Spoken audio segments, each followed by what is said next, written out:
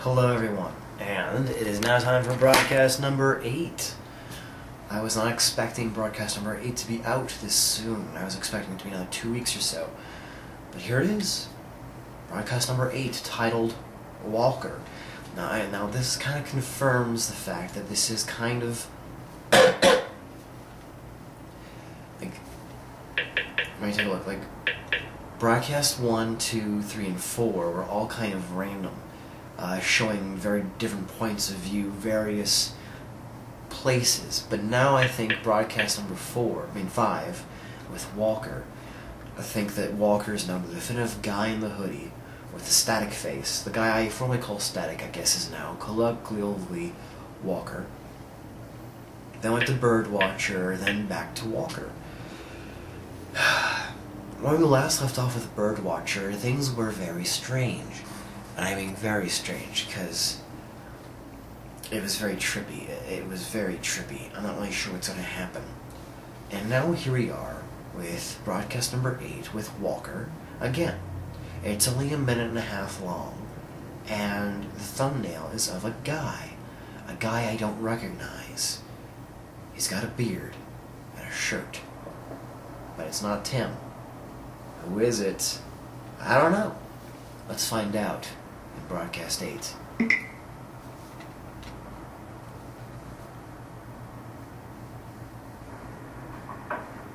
Okay, so let's see. Camera is tilting down. Yeah, it's definitely not Tim. I don't know who this is. This is the guy who lives in the place Walker was in. This is where Walker disappeared to.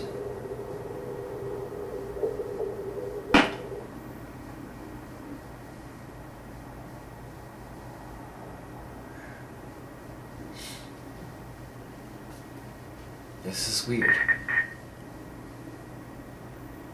This is very weird because the camera is, again, like consciously moving and shifting and teleporting.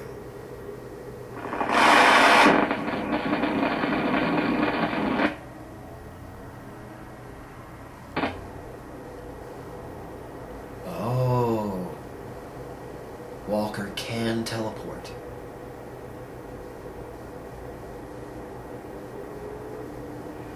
Okay, that was weird.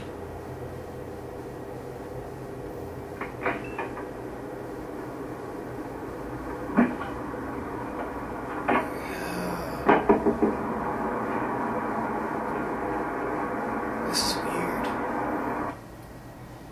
And then it just ends. It's just weird. Okay, so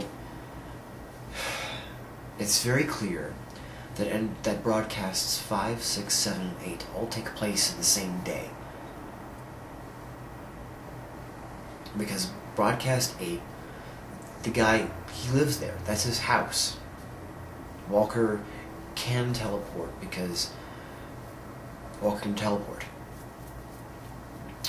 Because we had the camera was a little more darker, a little more darker in contrast when it was from Walker's perspective.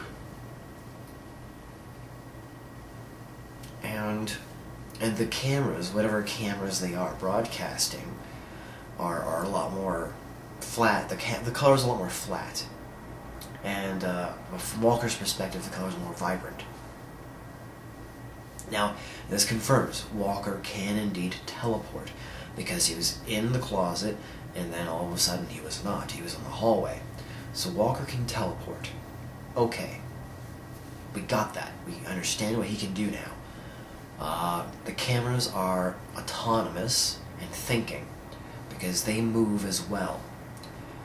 It seems that Walker can also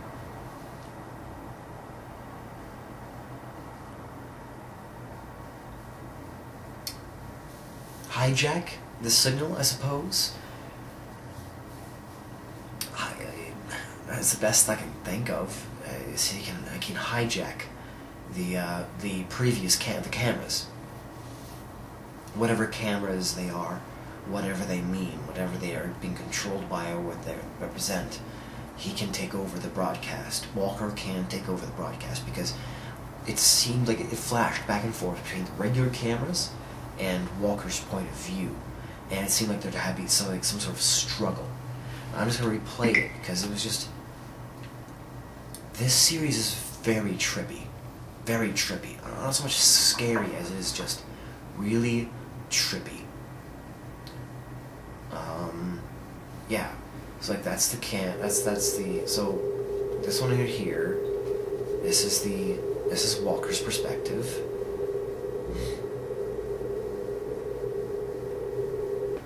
So whatever was in the can is now gone. He walks over, he's about to open up the... Yeah, then he teleports, he's not there anymore. And then it, you know, he's like, okay, whatever. But then it, like, switches back and forth, like it's fighting for control over the broadcast. And then Walker gets up and runs. There's a face. There's a face, and I can't quite tell whose face it is. When the screen flickers, there's an actual face in there, and I'm just trying to going okay, well, whose face is it? I'm trying to find out whose face it is.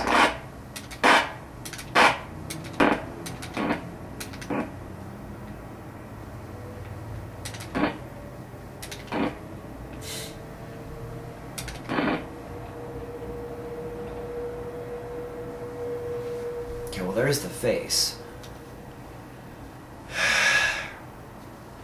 I'm gonna pop up what I'm looking at right here. Like, this is the face, kind of like wherever. Okay, I don't know where it'll be on the screen, but it's on the screen right now. I don't know whose face that is. It's a stretched face. It's distorted. And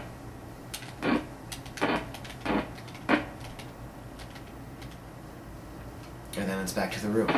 But it's time's obviously passed. It's darker now. And Walker is alone. So I don't know where Walker is, or whether what happened to another person. But he gets up, opens the door, and everything's very purple, very red, and then it just fades to black.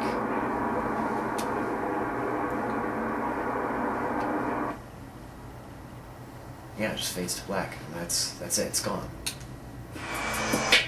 So I don't know exactly... Like the last Walker episode, I don't know how to respond to this at all. I don't know how to react. There's not a lot I can say. It's just very confusing for me. I don't know what to expect. I honestly don't know what to expect. It's just confusing. I'm just really confused. I'm curious, I'm intrigued, I want to know more. And I like the fact that they're showing us rather than telling us what these characters can do. But only the problem is that I can't... Sorry, it's been a long week. I can't tell their motivations, I can't tell their, like, who they are. The only person we know most about is Birdwatcher, and that's because he's had dialogue. Walker, all we know, he steals food and then teleports. And then there's this entity, there's this black entity that showed up in Broadcast 6. Like, what's that about? Where is that from? I don't know. What are the cameras about? I don't know. There's so much that they are purposefully keeping us in the dark about that we just don't know. They're doing that on purpose. Marble Hornets had a very specific purpose to it, a very specific structure, and they showed it right from the get-go. Like, here it is, it's going to be shown like found footage, it's going to be like videos that I find, I'm going to upload, and it'll be spooky. and we kind of followed that throughout the series. Very like distinct character motivation from the beginning. Very distinct narrative style from the beginning. Clear Lakes has thrown that out the window. Has been like, you know what? Let's just not do that. Let's have the audience guessing who these characters are and what their motivations are. Which means it's good, because that means like who's good, who's bad, we don't know. The only thing we know is Tim is around somewhere, I don't know, maybe. And that there's something spooky going on. We know there's something spooky going on. But they throw twists every now and again, visually. Like first they make us think it's security camera footage. But then they say, like, no, it's not, because they're autonomous, they move, they have a mind of their own. And I was like, well, there's no monster. Well, no, there is a monster indeed, but what is the monster's deal? And now we're getting point of view shots. We got point of view shot from Birdwatcher when his hands go all staticky. We had a point of view shot from Walker when he attacks someone. Why is he attacking someone? I don't know. Maybe he's a bad guy. Maybe he's neutral. He was Hoodie. Maybe Walker is to Hoodie what Birdwatcher is to Jay. I don't know. There's just so much. Sorry, I have a cold. I have a cold. Ah! My ears popped. Shit. Ah, my sinuses. My sinuses.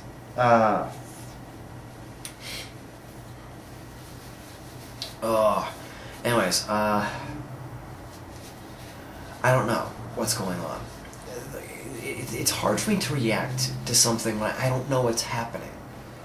You know, at least with Marble Hornets, Tribe 12, there was a narrative structure. I could kind of guess where things were going, and I could kind of see and react and construct and deconstruct what they were doing. Clear Lakes 44 is such a deconstruction of Marble Hornets. I can't even deconstruct it.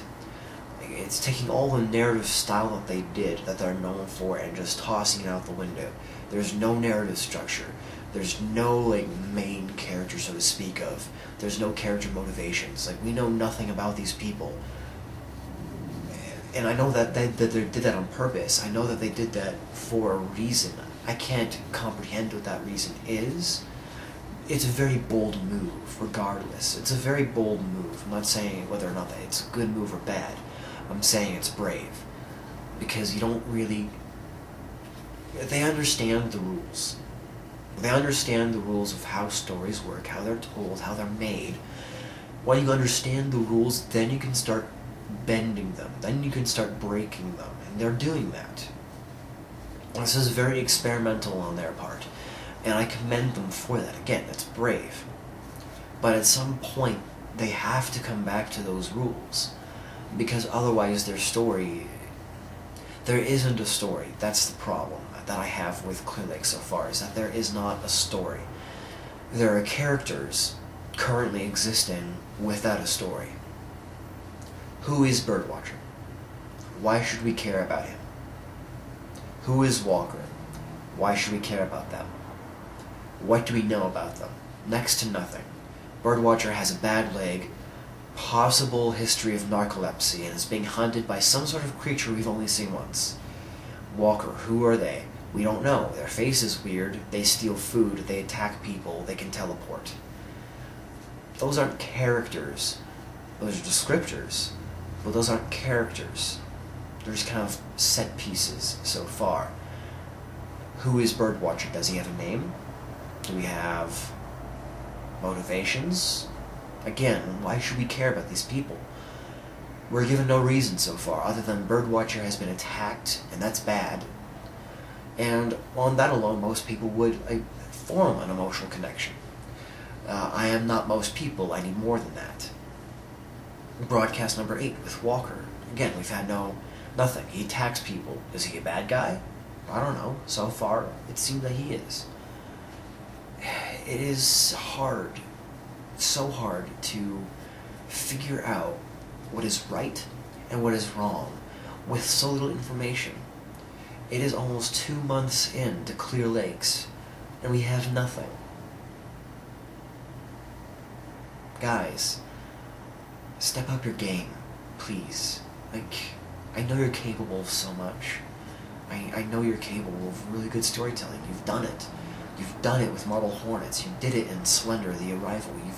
You've been able to tell a story. But it's like this time you're doing your best to avoid telling a story. Like, you want us to tell a story for you. I know that's not what you want. I know that's not what you're aiming for. But that's what you're doing. From my perspective, that is what you are doing. I hate to say it, guys. You've done better. It's 2 months in now. I feel like I can say that and have enough evidence with me to back it up. I can't emphasize this enough. 2 weeks into Marble Hornets, you knew the main character. You knew the main characters. You knew their motivations. You knew why Jay was going through the footage. You knew why Alex was kind of freaking out because of Slender Man. You kind of figured that out. And I get that that isn't what you want to do anymore. You wanted to create a new monster, a new creation. I get that. I get it. We're 2 months in, and you've given us next to nothing. And it's for a purpose. I know you guys did that on purpose. You don't do that without a reason.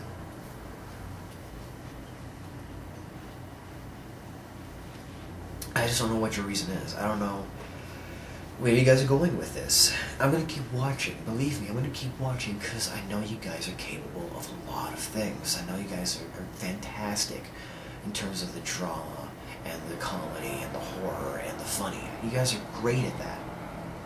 You really are.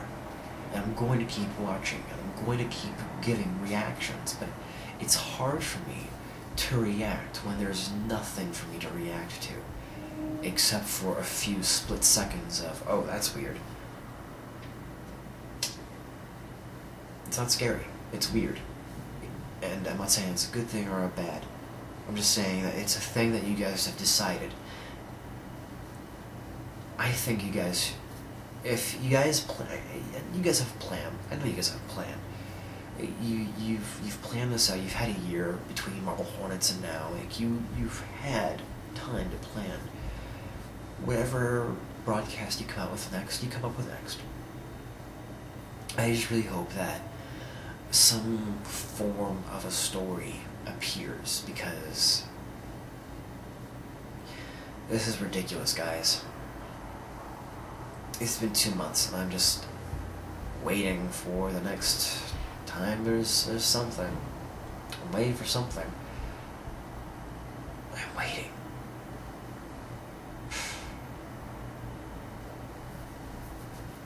Alright, I'm gonna go to bed. I'm exhausted, but I'm gonna start editing this right away. And I'll see you guys in the next broadcast. See you later.